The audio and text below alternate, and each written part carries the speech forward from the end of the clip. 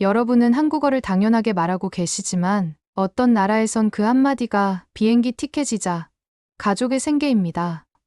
언어가 취미도 교양도 아닌 살기 위한 무기가 된 곳, 한국어의 마을 전체의 운명이 걸린 이야기가 지금도 실제로 벌어지고 있습니다. 그 믿기 힘든 현실을 직접 마주한 한국계 감독 한나리의 이야기를 들어보시겠습니다.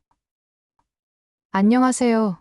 저는 한나리입니다. 한국계 미국인 다큐멘터리 감독이지요. 로스앤젤레스에서 태어나 자랐지만 늘 한국에 대한 호기심을 품고 살았습니다. 부모님은 한국전쟁 이후 미국으로 이민 오신 분들이었어요.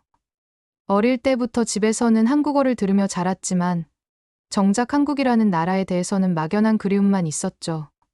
다큐멘터리 감독이 된 후에도 주로 미국 내 이민자들의 이야기를 다뤘습니다. 하지만 항상 마음 한구석에는 한국과 연결된 이야기를 만들고 싶다는 갈망이 있었어요. 그런 제가 어느 날 접한 기사 하나가 제 인생을 완전히 바꿔놓았습니다. 네팔에서 한국어가 생존수단이 됐다라는 제목의 기사였어요. 처음엔 과장된 표현이라고 생각했지요. 아무리 한국의 경제력이 성장했다고 해도 히말라야 산골 마을에서 한국어가 생존수단이라니요. 말이 안 되는 것 같았습니다. 하지만 기사를 읽어갈수록 충격이 커졌어요. 네팔의 작은 산골 마을에서 청년들이 한국어를 배워 한국으로 일하러 간다는 내용이었습니다. 단순한 취업 이야기가 아니었어요. 한국어를 못하면 아예 일할 기회조차 없다는 거였죠. 기사에 인용된 현지인의 말이 특히 인상적이었습니다. 한국어 못하면 버스기사도 못한다는 나라라는 문장을 읽는 순간 저는 무언가에 이끌리는 듯한 느낌을 받았어요. 이건 단순한 언어 교육 붐이 아니라 삶과 죽음이 걸린 절실한 현실이었습니다. 그날 밤 잠들기 전까지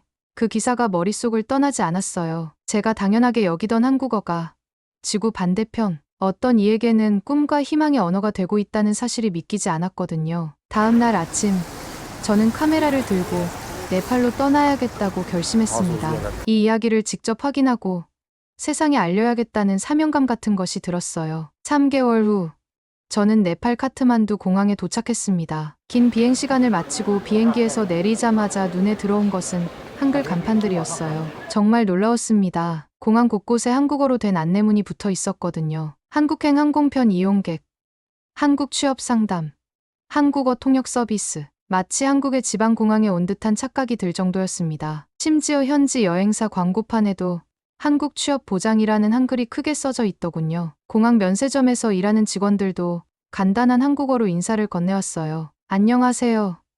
감사합니다. 이런 인사말이 네팔 공항에서 자연스럽게 들리는 게 너무 신기했습니다. 이 광경을 보며 실감했어요. 정말로 이곳에서 한국어는 단순한 외국어가 아니구나. 공항에서 만난 현지 가이드 라젠 씨는 유창한 한국어로 저를 맞이해 주었습니다. 한나님, 오랜 비행 고생하셨어요. 네팔에 오신 것을 환영합니다. 라젠 씨의 한국어 실력은 웬만한 한국인보다 나았어요. 그에게 물어보니 한국에서 5년간 일했다고 하더군요. 지금은 한국어 통역사로 일하고 있다고 했습니다. 시내로 나가자 더 놀라운 풍경이 펼쳐졌습니다. 네팔어보다 한국어 간판이 더 많은 거리를 마주한 거예요. 한국어 학원, 한국 취업 상담소, 한국 문화센터, 한국어 도서관, 심지어 한국 음식점까지 있었습니다. 마치 한국의 명동이나 강남 거리를 걸어가는 듯한 착각이 들었어요. 가장 인상적이었던 건 한국어 학원 앞에 줄 서 있는 네팔 청년들의 모습이었습니다. 아침 일찍부터 등록을 위해 기다리고 있는 거라고 했어요. 그들의 표정에서 간절함이 느껴졌습니다. 단순한 취미나 교양이 아니라 자신의 미래가 걸린 절박한 심정이 보였어요. 현지 가이드 라젠 씨가 설명해 주더군요. 요즘 젊은이들은 네팔어보다 한국어를 더 열심히 배워요. 한국어가 돈이 되거든요. 한국어 잘하면 한국에서 일할 수 있고 그러면 가족을 먹여 살릴 수 있어요. 그의 말에서 이곳 사람들에게 한국어가 얼마나 중요한 의미를 갖는지 알 수 있었습니다. 거리를 걸으며 만난 현지인들도 저를 한국인으로 보고 한국어로 말을 걸어왔어요. 안녕하세요. 한국 사람이에요? 이런 인사를 받을 때마다 한국인으로서 자부심과 동시에 책임감을 느꼈습니다. 이들에게 한국은 단지 외국이 아니라 꿈과 희망의 나라였거든요. 본격적인 취재를 위해 카브레 지역의 작은 마을로 향했습니다. 카트만두에서 차로 3시간 거리에 있는 산골 마을이었어요. 구불구불한 산길을 올라가면서 점점 문명과 멀어지는 느낌이 들었습니다. 전기도 불안정하고 인터넷도 제대로 되지 않는 곳이었어요. 그런데 놀랍게도 그 외진 마을에도 한국어의 흔적이 있었습니다. 마을 입구에 걸린 현수막에 한국어 교육 마을이라고 써져 있었거든요. 마을회관에는 한국 국기와 네팔 국기가 나란히 걸려 있었습니다. 이 광경을 보며 한국어가 이곳에 얼마나 깊이 뿌리내렸는지 실감할 수 있었어요. 마을 이장을 만나 인터뷰를 진행했습니다. 60대 후반으로 보이는 이장님은 검게 탄 얼굴에 깊은 주름이 새겨져 있었어요. 평생 농사일로 고생한 흔적이 역력했습니다. 하지만 한국어 이야기를 꺼내자 그의 눈빛이 달라졌어요. 우리 마을의 희망은 한국어입니다. 이장님의 첫 마디였어요. 한국어를 잘하는 아이가 한 명 있으면 그 가정은 가난에서 벗어날 수 있어요. 한국에서 1년만 일해도 여기서 10년 농사 지은 것보다 많이 벌어요. 그의 말에서 절실함이 느껴졌습니다. 이장님은 마을이 어떻게 한국어 교육에 투자하게 되었는지 설명해 주었어요. 처음에는 반신반의했어요. 우리 같은 산골 마을 아이들이 한국어를 배워서 정말 한국에 갈 수 있을까 싶었거든요. 하지만 먼저 간 아이들이 성공하는 모습을 보니 확신이 생겼어요. 그러면서 이장님은 미라툴라시라는 이름을 언급했습니다. 그 아이를 만나보세요. 우리 마을의 자랑이에요. 그 아이 덕분에 우리 마을 전체가 희망을 갖게 되었어요. 이장님의 눈에는 미라에 대한 자부심이 가득했습니다. 이장의 안내로 미라의 집을 찾아갔습니다. 마을 한가운데서 조금 떨어진 산비탈에 자리 잡은 조그만 흙집이었어요. 집 주변에는 작은 밭과 몇 마리의 염소가 있었습니다. 집 앞에서 빨래를 하고 있던 17살 소녀가 바로 미라였어요. 첫인상은 또래보다 훨씬 성숙해 보이는 아이였습니다. 키는 작았지만 어깨가 당당했고 눈빛에서 강인함이 느껴졌어요. 안녕하세요. 미라가 한국어로 인사했습니다. 발음이 정확했어요. 그 순간 저는 정말 놀랐습니다. 이런 외딴 산골 마을에서 한국어를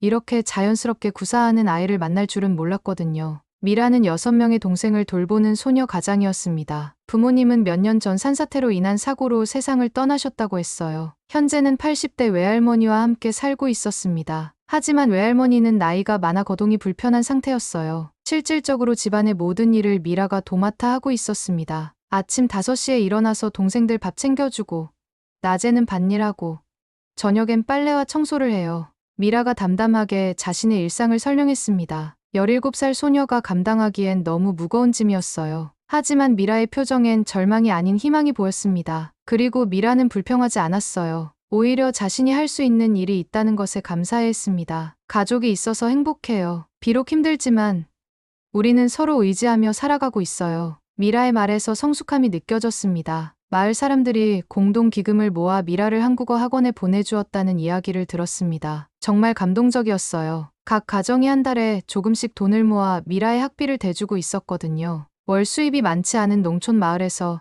이런 일이 일어난다는 게 놀라웠습니다. 그 아이 하나가 가면 우리 가족이 삽니다. 마을 어르신 한 분이 저에게 한 말이었어요. 미라의 성공이 곧 마을 전체의 희망이라는 뜻이었습니다. 마을 전체가 미라 한 명의 한국어 진출을 위한 투자자 역할을 하고 있었던 거죠. 개인의 성공이 아니라 공동체의 희망이었어요. 이런 이야기를 들으며 저는 한국어의 의미를 다시 생각하게 되었습니다. 저에게는 당연한 모국어였지만 이곳 사람들에게는 꿈을 실현하는 수단이었어요. 한국어 하나로 인해 한 마을의 운명이 바뀔 수 있다는 사실이 정말 놀라웠습니다. 학원까지는 왕복 3시간이 걸리는 거리였어요. 미라는 매일 새벽에 일어나 동생들을 돌본 후 산길을 걸어 학원에 다녔습니다. 비포장도로와 가파른 언덕길을 지나야 했어요. 그런데도 미라는 한 번도 결석한 적이 없었어요. 처음엔 정말 힘들었어요. 발도 아프고 때로는 포기하고 싶었어요. 미라가 솔직하게 말했습니다. 하지만 마을 사람들이 저를 믿고 투자해주는 걸 생각하면 포기할 수 없었어요. 그분들의 기대에 보답해야 한다는 생각이 저를 움직이게 했어요. 집안일을 하고 밤이 되면 한국어 공부를 했지요. 하루 중 자신만의 시간은 거의 없었습니다. 그런데도 미라는 지치지 않았어요. 한국어 공부가 힘든 일상에서 벗어날 수 있는 유일한 희망이었기 때문입니다. 미라의 일상을 며칠간 관찰하며 촬영했습니다. 가장 인상 깊었던 순간은 밤 10시 이후의 시간이었어요. 전기가 불안정한 마을에서 촛불을 켜놓고 한국어 공부를 하는 미라의 모습을 봤습니다. 낡은 노트에 한글을 반복해서 써가며 외우고 있었어요. 촛불 아래에서 공부하는 미라의 모습은 정말 인상적이었습니다. 깜깜한 밤, 작은 촛불 하나가 비춰주는 빛 속에서 한글을 쓰는 모습이 마치 한 편의 영화 같았어요. 그 순간 저는 깨달았습니다. 이것이 바로 희망의 모습이구나. 우리 마을에 인터넷은 없어도 한글은 있어요. 미라가 웃으며 말했습니다. 그 말에서 절망이 아닌 자부심이 느껴졌어요. 마을에는 컴퓨터도 스마트폰도 없었지만 한국어 교재와 라디오만으로도 충분히 배울 수 있다는 의지가 보였습니다. 특히 놀라웠던 것은 마을 노인 한 분이 직접 라디오 수신 안테나를 만들어준 이야기였습니다. 미라가 한국어 방송을 더 잘 들을 수 있도록 말이에요. 대나무와 철사를 이용해 직접 안테나를 제작해 주셨다고 했습니다. 마을 전체가 미라의 한국어 공부를 응원하고 있었어요. 할아버지가 안테나를 만들어주신 덕분에 한국 방송이 더 잘 들려요. 미라가 고마워하며 말했습니다. 기술보다 열망이 앞서는 교육열을 직접 목격한 순간이었어요. 최신 기술이 없어도 사람들의 정성과 노력으로 충분히 학습할 수 있다는 것을 보여주는 사례였습니다. 미라는 매일 밤 라디오로 한국어 방송을 들으며 스크랩 노트에 들은 내용을 적었습니다. 발음을 따라하고 모르는 단어는 반복해서 써가며 익혔어요. 그 노트를 보여주는데 정말 눈물이 날 정도로 정성스럽게 정리되어 있었습니다. 노트의 첫 페이지에는 한국어로 꿈을 이루자라고 적혀 있었어요. 미라 자신이 쓴 다짐의 말이었습니다. 그 다음 페이지부터는 한국어 단어와 문장들이 빼곡히 적혀 있었어요. 발음 기호까지 꼼꼼히 표시해 놓은 것을 보니 얼마나 열심히 공부했는지 알 수 있었습니다. 이 노트는 제 보물이에요. 미라가 소중히 노트를 안으며 말했습니다. 여기에 제 꿈이 모두 들어있어요. 한국어 단어 하나하나가 제 미래를 만들어가는 재료들이에요.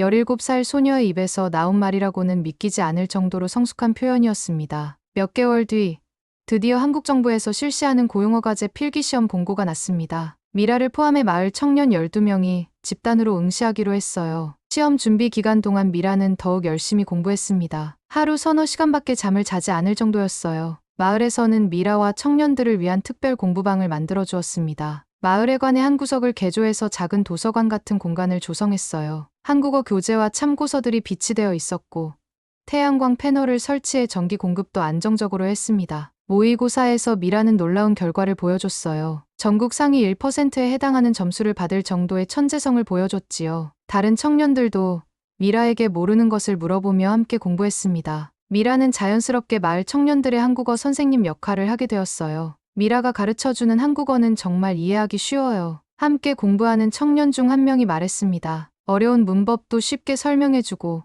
실생활에서 쓸 수 있는 표현들도 많이 알려줘요. 미라의 타고난 가르치는 재능이 드러나는 순간이었습니다. 결과에 따라 마을 청년들의 미래가, 나아가 가족들의 운명이 결정되는 중요한 순간이었어요. 마을 전체가 긴장하고 있었습니다. 평소보다 조용한 분위기였지만 그 속에서 간절함이 느껴졌어요. 시험 당일, 마을 사람들이 모두 나와 미라와 청년들을 배웅했습니다. 새벽 5시부터 마을 사람들이 하나둘 모여들기 시작했어요. 나이 든 할아버지, 할머니들부터 어린아이들까지 모든 마을 사람들이 참석했습니다. 네팔 전통의식에 따라 애군을 막아주는 의식을 치러주었어요. 마을 무당이 청년들 한 명 한 명에게 축복의 의식을 해주었습니다. 이마에 붉은 틸라카를 찍어주고 목에 마리골드 꽃목걸이를 걸어주었어요. 한국 진출이라는 현대적 희망과 네팔 전통 문화가 만나는 신기한 장면이었습니다. 우리 마을의 희망들이여, 꼭 성공하고 돌아오세요. 마을 이장이 청년들에게 당부의 말을 했습니다. 여러분의 성공은 곧 우리 마을의 미래입니다. 이장의 말을 들으며 청년들의 눈에는 결연한 의지가 보였어요. 미라는 마을 사람들의 축복을 받으며 카트만두로 향했습니다. 카트만두까지 가는 길은 험난했습니다. 구불구불한 산길을 따라 6시간을 달려야 했어요. 버스는 낡고 불편했지만 청년들은 서로를 격려하며 여행을 했습니다. 미라는 다른 청년들에게 마지막 정리를 해주며 시험 요령을 알려주었어요. 시험장에는 수많은 네팔 청년들이 모여 있었습니다. 전국에서 온 수천 명의 청년들이 한국어 시험을 보기 위해 모인 거예요. 모두들 간절한 표정으로 시험을 준비하고 있었습니다. 미라도 그 중 한 명이었어요. 긴장한 기색이 역력했지만 그동안 준비한 것에 대한 자신감도 보였습니다. 시험장 분위기는 정말 진지했습니다. 마치 대학 입시 현장 같았어요. 하지만 이 시험의 의미는 대학 입시보다 훨씬 무거웠습니다. 합격하면 한국에서 새로운 삶을 시작할 수 있지만 불합격하면 몇 년을 더 기다려야 했거든요. 청년들의 표정에서 그 무게감이 고스란히 느껴졌습니다. 시험이 시작되자 시험장은 조용해졌습니다. 연필 소리만이 조용히 울려 퍼졌어요. 미라는 침착하게 문제를 하나씩 풀어나갔습니다. 그동안 밤낮으로 공부한 내용들이 머릿속에서 정리되어 나왔어요. 특히 한국어 읽기 부분에서는 자신감이 넘쳤습니다. 결과 발표일, 미라는 당당히 합격했습니다. 12명의 마을 청년 중 9명이 합격하는 좋은 결과였어요. 미라의 점수는 전체 합격자 중에서도 상위권에 속했습니다. 소식이 마을에 전해지자 축제 분위기가 됐어요. 마을 사람들은 북을 치고 춤을 추며 축하했습니다. 미라의 성공은 곧 마을 전체의 성공이었기 때문이에요. 그날 밤 마을에서는 성대한 축하 잔치가 벌어졌고 모든 가정에서 음식을 준비해와 함께 나누어 먹었어요. 미라야, 정말 자랑스럽다. 내가 우리 마을의 이름을 빛내줬어. 마을 이장이 미라의 어깨를 두드리며 말했습니다. 미라는 고개를 숙이며 감사 인사를 했어요. 하지만 진짜 도전은 이제부터 시작이라는 것을 알고 있었습니다. 몇 개월 후, 미라는 인천공항에 도착했습니다. 생전 처음 보는 한국의 모든 것이 신기하면서도 두려웠어요. 공항의 규모부터가 네팔과는 비교할 수 없을 정도로 컸습니다. 자동 출입문, 에스컬레이터, 전광판까지 모든 게 새로웠어요. 공항에서부터 서울의 교통체계, 음식 문화까지 모든 게 네팔과 달랐습니다. 지하철을 처음 타본 미라는 그 속도와 정확성에 놀랐어요. 네팔에서는 상상할 수 없는 대중교통 시스템이었습니다. 하지만 동시에 복잡하고 빠른 서울의 리듬에 적응하기가 쉽지 않았어요. 특히 기숙사 생활은 큰 도전이었습니다. 다른 나라에서 온 외국인 근로자들과 함께 지내야 했거든요. 방글라데시, 베트남, 스리랑카 등 다양한 국적의 사람들이 한 공간에서 생활했습니다. 언어도 다르고 문화도 달라 처음에는 소통하기가 어려웠어요. 미라가 배치받은 곳은 경기도의 한 제조업체였습니다. 전자제품 부품을 만드는 공장이었어요. 출근 첫날, 미라는 큰 충격을 받았습니다. 그동안 열심히 공부했던 한국어가 실제 현장에서는 제대로 통하지 않았거든요. 특히 발음 문제가 심각했어요. 미라가 네팔식 억양으로 말하는 한국어를 동료들이 알아듣지 못했습니다. 또한 공장에서 사용하는 전문 용어들은 한국어 교재에서 배우지 못한 내용이었어요. 불량품, 검수, 조립라인 같은 단어들을 처음 들어보는 미라는 당황할 수밖에 없었습니다. 뭐라고 하는 거야? 한국인 동료가 미라의 말을 알아듣지 못해 뒤에서 짜증스러운 표정을 지었어요. 그 순간 미라의 마음은 무너졌습니다. 그토록 열심히 준비했는데 정작 현실에서는 벽에 부딪힌 기분이었어요. 첫 주가 끝날 때까지 미라는 계속 실수를 했습니다. 지시사항을 잘못 이해해서 작업을 잘못하거나 질문을 하고 싶어도 말이 제대로 나오지 않았어요. 동료들의 시선이 부담스러웠고 자신감은 점점 떨어졌습니다. 그날 밤 기숙사에서 미라는 혼자 울었습니다. 내가 잘못 왔나라는 자책감에 빠졌어요. 한글로 문은 열고 들어왔지만 막상 말 때문에 외로워지는 역설적 상황이었습니다. 꿈꿔왔던 한국 생활이 이렇게 힘들 줄은 몰랐어요. 고향의 가족들에게 전화를 걸고 싶었지만 용기가 나지 않았습니다. 실망시키고 싶지 않았거든요. 마을 사람들의 기대를 생각하면 약한 모습을 보일 수 없었어요. 미라는 베개에 얼굴을 묻고 조용히 눈물을 흘렸습니다. 하지만 미라를 포기하게 내버려두지 않은 건 동료들의 따뜻한 마음이었습니다. 특히 같은 라인에서 일하던 김선호 씨가 미라에게 다가왔어요. 50대 중반의 김선호 씨는 공장에서 20년 넘게 일한 베테랑 직원이었습니다. 괜찮아. 마음이 중요해. 천천히 하면 돼. 김선호 씨의 그 한마디가 미라에게는 큰 위로가 되었습니다. 김선호 씨는 미라의 상황을 이해하고 있었어요. 그 자신도 젊은 시절 어려운 환경에서 일해본 경험이 있었기 때문입니다. 김선호 씨는 미라에게 한국어뿐만 아니라 한국 문화도 가르쳐 주었습니다. 회사에서의 예의, 동료들과의 관계 맺는 법까지 세심하게 알려주었어요. 여기서는 눈치가 중요해. 말하지 않아도 상황을 파악하는 게 필요하지. 김선호 씨의 조언은 미라에게 큰 도움이 되었습니다. 또한 김선호 씨는 미라에게 공장에서 자주 쓰이는 용어들을 하나하나 설명해 주었어요. 단순히 단어의 뜻만 알려주는 것이 아니라 실제 작업 상황에서 어떻게 사용되는지까지 구체적으로 가르쳐 주었습니다. 덕분에 미라는 점점 일에 적응해 갔어요. 미라 씨, 많이 늘었네요. 처음보다 훨씬 자연스러워졌어요. 김선호 씨가 격려해 주었습니다. 이런 인정을 받을 때마다 미라는 다시 희망을 품게 되었습니다. 한국에서도 자신을 이해해주는 사람이 있다는 것만으로도 큰 힘이 되었어요. 매일 퇴근 후 미라는 녹음기를 들고 발음 훈련을 했습니다. 한국 드라마를 보며 억양을 따라하고 뉴스를 들으며 정확한 발음을 익혔어요. 기숙사 동료들이 잠든 늦은 시간에도 조용히 연습을 계속했습니다. 회사 사무실 구석에 놓인 메모장에는 한국 속담들이 가득 적혀 있었어요. 백문이 불여일견, 천리 길도 한 걸음부터, 참을 인자 세 개면 살인도 면한다. 이런 속담들을 외우며 한국 문화를 이해하려 노력했습니다. 속담을 통해 한국인들의 사고방식을 배울 수 있었어요. 미라는 속담의 의미를 이해하기 위해 김선호 씨에게 자주 물어보았습니다. 이 속담은 언제 쓰는 건가요?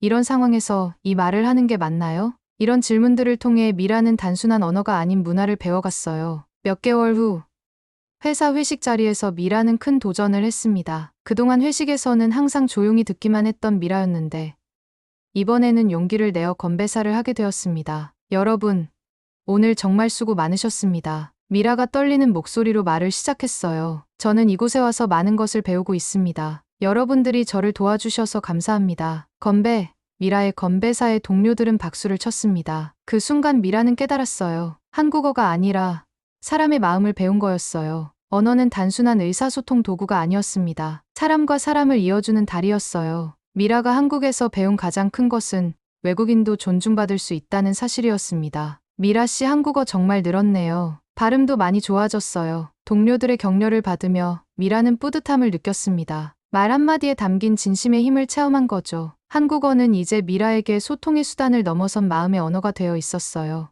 1년이 지나자 미라의 한국어 실력은 눈에 띄게 늘었습니다. 회사에서도 인정받는 직원이 되었어요. 작업 속도도 빨라졌고 품질 관리도 완벽하게 해냈습니다. 무엇보다 동료들과의 소통이 자연스러워졌어요. 그러던 중 회사 홍보팀에서 미라에게 제안을 했습니다. 외국인 근로자 스피치 대회에 참가해보라는 거였어요. 회사 대표로 나가면 좋겠다는 제안이었습니다. 미라는 처음에 망설였어요. 아직 한국어가 완벽하지 않다고 생각했거든요. 하지만 김선호 씨를 비롯한 동료들이 적극적으로 권했습니다. 미라 씨만큼 진정성 있게 말할 수 있는 사람이 없어요. 미라 씨의 이야기를 많은 사람들이 들어야 해요. 동료들의 격려에 미라는 용기를 냈습니다. 미라는 고민 끝에 참가하기로 결심했습니다. 스피치 주제는 한국에서 배운 것들이었어요. 미라는 밤새 원고를 준비했습니다. 자신의 진솔한 이야기를 담아내고 싶었거든요. 네팔에서의 어려웠던 시절부터 한국에서의 도전과 성장까지 모든 것을 솔직하게 풀어내고 싶었어요. 원고를 쓰면서 미라는 지난 시간을 되돌아보았습니다. 촛불 아래에서 한국어를 공부하던 밤들, 마을 사람들이 보내준 따뜻한 응원, 한국에서 만난 좋은 사람들, 모든 순간이 소중한 기억이었습니다. 대회 당일, 미라는 무대에 올라 이렇게 말했습니다. 안녕하세요. 저는 네팔에서 온 미라 툴라시입니다. 제가 한글을 배운 건 밥을 벌기 위해서가 아니라 희망을 얻기 위해서입니다. 한국어는 저에게 단순한 언어가 아니에요. 새로운 세상으로 가는 문이었습니다. 미라는 자신의 이야기를 차분하게 들려주었습니다. 네팔 산골 마을에서의 어려웠던 생활, 마을 사람들의 희생과 응원, 한국에서의 좌절과 극복, 모든 이야기가 진솔하게 전해졌어요. 청중들은 미라의 이야기에 집중했습니다. 특히 한글이 제게 준 건 가족이에요. 라는 부분에서 많은 사람들이 눈물을 흘렸어요. 미라는 한국에서 만난 동료들을 새로운 가족이라고 표현했습니다. 혈연으로 맺어진 가족은 아니지만 마음으로 이어진 진짜 가족이라고 했어요. 저는 네팔에서 7명의 가족과 살았지만 한국에서는 수십 명의 가족과 함께하고 있습니다. 미라의 말에 청중들은 깊은 감동을 받았습니다. 언어를 넘어선 인간적 유대의 힘을 느낄 수 있었거든요. 미라는 그 대회에서 대상을 받았습니다. 심사위원들은 미라의 진정성과 한국어 실력을 높이 평가했어요. 기술적인 완성도보다 마음을 움직이는 힘이 있었다는 것이 심사평이었습니다. 많은 기업에서 미라에게 외국인 멘토 활동을 제안했습니다. 새로 입국하는 외국인 근로자들에게 한국 생활 적응법을 가르쳐달라는 요청이었어요. 미라의 경험이 다른 외국인들에게 큰 도움이 될 것이라고 판단한 거죠. 회사에서도 미라를 정식 교육 멘토로 발탁했습니다. 업무 시간의 일부를 교육 활동에 할애할 수 있도록 배려해 주었어요. 미라는 새로운 역할에 대한 책임감을 느꼈습니다. 자신이 받은 도움을 다른 사람들에게 전해주고 싶었거든요. 3년이 흘러 미라는 네팔로 돌아갔습니다. 계약 기간이 끝나면서 귀국하게 된 거예요. 공항에서의 작별은 정말 아쉬웠습니다. 그동안 함께 일했던 동료들, 도움을 준 분들이 배웅을 나와주었어요. 미라 씨, 꼭 다시 만나요. 김선호 씨가 눈물을 글썽이며 말했습니다. 한국이 미라 씨의 또 다른 고향이니까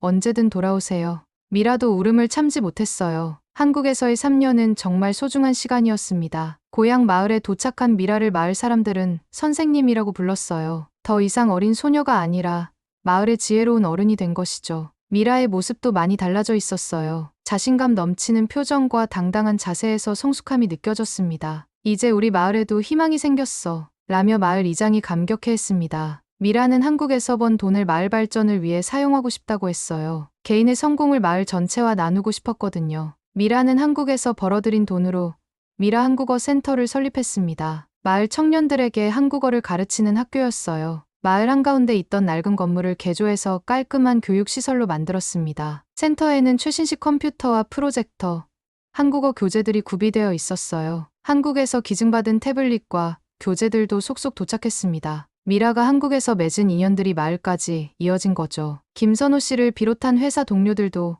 교재와 학용품을 보내주었어요. 이제 우리 마을 아이들도 제대로 된 환경에서 한국어를 배울 수 있겠어요. 미라가 뿌듯해했습니다. 자신이 촛불 아래에서 공부했던 것과는 비교할 수 없는 좋은 환경이었어요. 미라의 센터는 마을의 희망이 되었습니다. 첫 수업이 시작되었을 때 마을의 모든 청년들이 몰려왔어요. 미라의 명성을 들어 알고 있었거든요. 미라 선생님께 배우면 꼭 한국에 갈 수 있을 거야. 청년들의 기대감이 대단했습니다. 미라는 자신의 경험을 바탕으로 실용적인 한국어를 가르쳤어요. 단순히 문법과 단어만 가르치는 것이 아니라 한국 문화와 직장 생활까지 알려주었습니다. 한국어는 언어가 아니라 마음입니다. 진심으로 소통하려는 마음이 있으면 반드시 통할 거예요.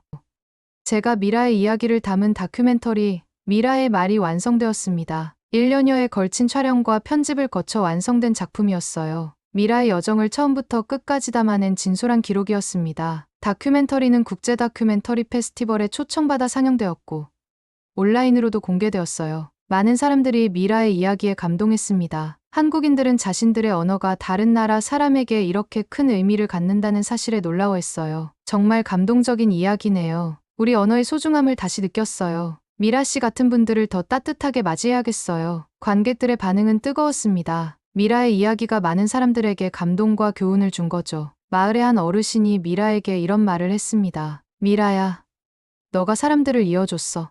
정말 그랬습니다. 미라는 히말라야 산골 마을과 한국을 언어로 연결해준 다리 역할을 했어요. 단순히 개인의 성공이 아니라 두 문화를 잇는 가교가 된 거죠. 이제 그 마을의 아이들은 안녕하세요를 외치며 한국과 친구가 되고 있습니다. 미라가 시작한 작은 변화가 마을 전체를 바꿔놓은 거예요. 한국어는 그들에게 단순한 외국어가 아니라 미래로 가는 열쇠가 되었습니다. 저는 이 땅에서 한글을 배운 한 소녀의 여정을 따라갔습니다. 그리고 그 여정은 결국 내 뿌리와 연결된 이야기였습니다. 한국어는 단지 의사소통이 아니었어요. 한국어는 사람이고 희망이고 기적이었습니다. 미라의 이야기를 통해 저도 한국어의 진정한 의미를 깨달을 수 있었습니다. 고맙습니다.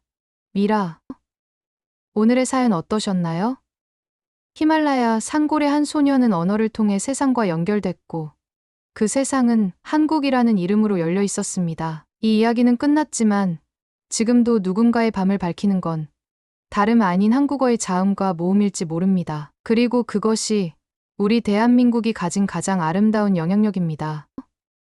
시청해 주셔서 감사합니다. 지금까지 감동지킴의 지킴이 민지였습니다. 구독과 좋아요 눌러주시고 영상에 대한 의견도 댓글로 나눠주세요.